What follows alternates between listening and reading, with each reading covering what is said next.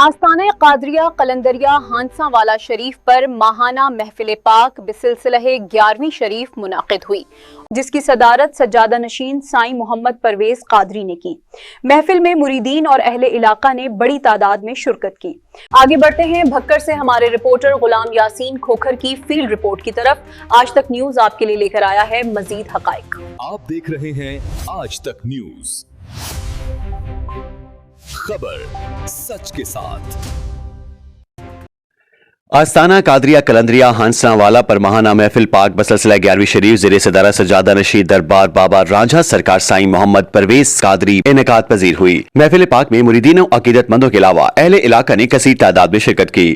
Report Ghulam Yasin Khokhar اور آپ دیکھ رہے ہیں آج تک۔ آستانہ قادریہ قلندریہ ہانسا والا شریف پر ماہانہ محفل پاک بسلسلہ 11ویں شریف زیر صدارت سجادہ نشین دربار بابا رانجھا سرکار سائیں محمد پرویز قادری انعقاد کیا گیا۔ محفل پاک میں مریدین و عقیدت مندوں کے علاوہ اہل علاقہ نے کثیر تعداد میں شرکت کی۔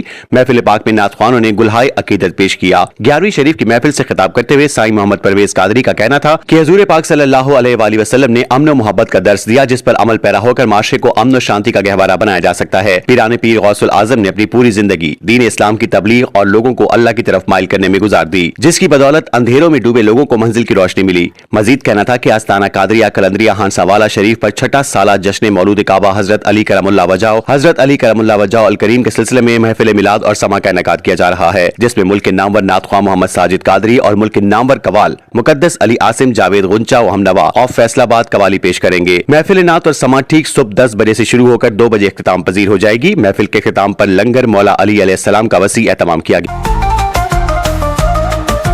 آج تک نیوز، خبر سچ کے ساتھ۔